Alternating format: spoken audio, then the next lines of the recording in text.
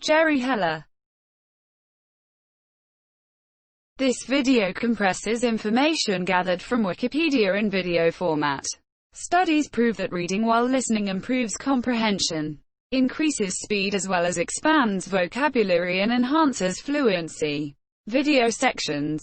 Abstract. Early life and education. Career. Death. External links. Give your feedback on the comments section. Support the channel by subscribing and liking the video. Thanks. Abstract. Gerald Elliott, Jerry Heller was an American music manager and businessman.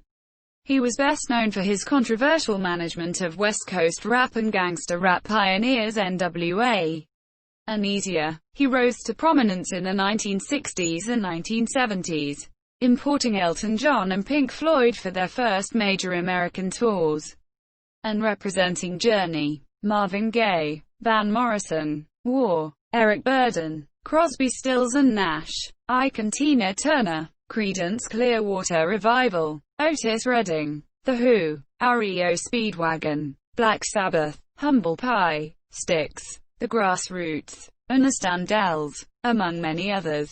In the mid-1980s he worked with R&B and hip-hop acts like Michel'le, World Class Wreckin' Crew, J.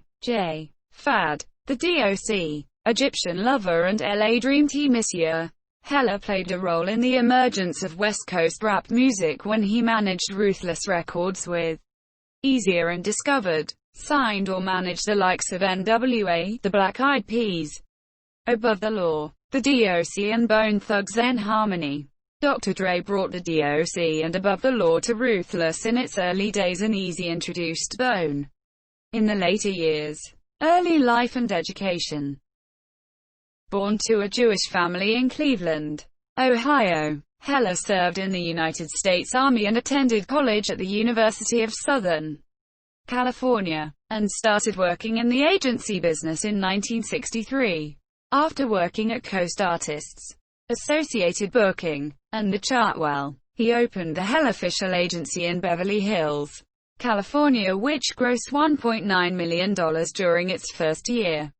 $3.7 million the second, $5.80 the third, and over $7 million its fourth year of operation, representing rock stars The Who, Grand Funk Railroad, Black Sabbath, Humble Pie, and Black Oak, Arkansas, as well as writers at the time Carly Simon, Van Morrison, and Cat Stevens. He later bought out partner Don Fishel, who went on to package independent TV productions. Heller believed that a key factor in keeping acts working between or after a hit record was to not be greedy and package his own clients together, but tour them in saleable packages with other headline acts that were clients of other agencies. Career. Starting in the mid-1980s, Heller represented rap musicians as the genre became popular with the record-buying U.S. public. His work with Ruthless Records and with Easier formed the foundation for the successes of Priority Records and Interscope Records. To date, Ruthless Records have sold in excess of 110 million records, not counting singles. The label included artists and producers such as Dr. Dre, whose careers Heller helped establish, and sold millions of records for Interscope, Priority, Atlantic, MCA, and Sony. At the time of Easier's death and Heller's departure from Ruthless, the company was generating revenue in excess of $10 million per month. In the 1980s, Heller began managing acts on the nascent Los Angeles hip-hop scene, many of whom recorded for the now-defunct Macola in Hollywood. He managed both CIA, which Ice Cube was a member of, and the World Class Wreckin' Crew, which included Dr. Dre and DJ Yella. On March 3, 1987, he met Easier, and the two became co-founders of Ruthless, under the direction of Heller and Easy. Ruthless had 6 RIAA-certified platinum releases in 3 years. Supersonic, Easy Does It, Easier, Straight Outta Compton, NWA, No One Can Do It Better, The DOC, Michel'le's self-titled debut, and Niggers for Life, NWA, NWA broke up in 1991, with Ice Cube and Dr. Dre departing and aiming criticism at Hella and Eazy in diss tracks. However, Ice Cube's diss tracks only occurred after the remaining members of NWA initiated a feud on their 1990 EP 100 Miles and Runnin'. Both Ice Cube and Dre accused Hella of breaking up NWA with the way he managed the group. Dr. Dre later recalled, "The split came when Jerry Heller got involved. He played the divide and conquer game. Instead of taking care of everybody, he picked Eazy to handle it. And Eazy was like, I'm taken care of, so fuck it." Ice Cube, in his diss track, No Vaseline, accused Eazy of being too much under Hella's influence and both of them exploiting the rest of the group. Easier, MC Ren, Dr. Dre, and Yella. Also, it's a case of divide and conquer. Cause you letted you break up my crew, and house nigga gotta run and hide. Yella in Compton but you moved to Riverside. He married Gail Steiner, his girlfriend since 1990. In 1996, they divorced in 2014. Hella's memoir, Ruthless, a memoir, written with Gil Reville, was published by Simon & Schuster, Simon Spotlight Entertainment in 2006. In the work, Hella addressed many events that he had previously remained silent on. With regard to the FBI letter sent after the NWA song, Fucked Our Police, Hella wrote that the letter was actually a rogue action by a single pissed-off bureaucrat with the bully pulpit named Milt Ahlerich, FBI Assistant Director, who was falsely purporting to represent the FBI as a whole, and that the action earned him a transfer to the Bureau's Backwater Hartford office.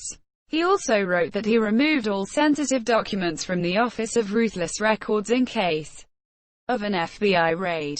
He denied the accusations of financial impropriety. In particular, he wrote that Ice Cube didn't understand finances, and alluded to rumors of his own financial impropriety on his own record label.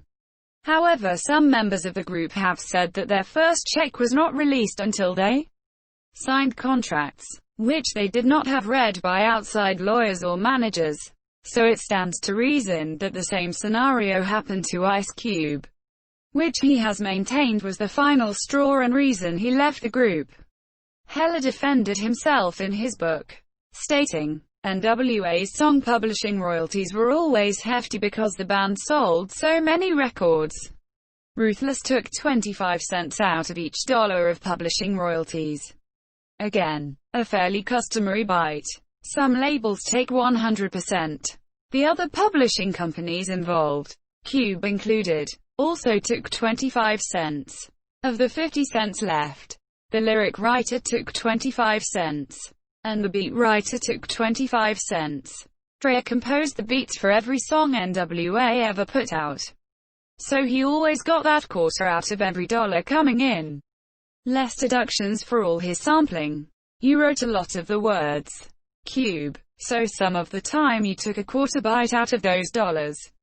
There were quite a few times though, when you had to share with co-writers, such as Dre, Yella, the DOC, Eazy, or Ren. So you had to share your quarter. It's not robbery. It's not a Jewish conspiracy to rip off the poor artist. What it is, O'Shea, is mathematics pure and simple. You received every single penny that was coming to you. If you say you didn't, then you are lying. Of the song, No Vaseline, Hella wrote that he didn't believe that Ice Cube was genuinely anti-Semitic and was nothing but pro-Ice Cube, but had exploited prejudices in the Afro-American community to help his career. He claimed that the deathbed letter from Eazy was a forgery. Eric would never have put out a letter that was that corny. Hella wrote that Eazy had 8 children and not 7 as the letter stated. Of the Dee Barnes incident, in which she was beaten by Dr. Dre in the midst of the feud between Ice Cube and the remaining members of NWA, Hella called the incident disgraceful, and that he was left to clean up their mess. Hella said that Dr. Dre was generally non-violent and mild-mannered, but had drunk too much on that night. In a 2013 interview on the Murder Master music show, Hella said that Eazy had planned on murdering Suge Knight, but Hella was able to talk him out of it. Heller said he was in his office when Easier told him, "You know this guy Suge Knight? Well, I'm gonna kill him, monsieur. This guy's gonna be a problem. And I'm gonna kill him, monsieur." Heller said that he told Easier it didn't make sense to kill Knight, and it wouldn't be worth the risk, citing that Ruthless was the most successful startup record company ever, making $10 million a month with only 6 employees and, as Heller put it, not even having a typewriter in their office. Heller said that, given everything that had transpired afterward, he regrets talking Easy out of it. "You know something? I should have let him kill him, monsieur. I would have done the world a favor. He would have done it for sure by himself. He always rolled by himself and he was fearless. I think that he was going to go do it. I took him seriously. He was right and I was wrong." Heller was portrayed by actor Paul Giamatti in the 2015 NWA biopic film Straight Outta Compton. In October 2015, Heller filed a lawsuit against several members of NWA, NBC Universal and others involved in their production of Straight Outta Compton. He has also filed lawsuits against rappers Dr. Dre and Ice Cube. The lawsuit claims the film is littered with false statements that harm the reputation of Heller, and aim to ridicule and lower him in the opinion of the community and to deter third persons from associating or dealing with him. Monsieur, producers for the film, which included Ice Cube and Dr. Dre, filed a countersuit in February 2016 to have portions of the Heller suit thrown out. In June 2016, U.S. District Judge Michael Fitzgerald dismissed nearly all of Heller's lawsuit, but agreed to allow one key claim to continue. Despite Heller's death in September 2016, his attorney Mickey Shapiro has indicated the lawsuit will continue. Heller was portrayed by Jamie Kennedy in the 2016 film Surviving Compton. In contrast to the negative portrayal in Straight Outta Compton, Heller is portrayed in the film as defending Michel'le against violent treatment from Dr. Dre, which led writer Ben Westhoff to say that Heller somehow comes off better than anyone else. Death. Heller was driving on September 2, 2016 when he suffered a heart attack, crashed his car, and later died at a hospital in Thousand Oaks, California. He was 75 years old. Heller's lawyer blamed the depiction of him in the film Straight Outta Compton as a contributing factor in his death, with TMZ stating the film placed him under a tremendous amount of stress.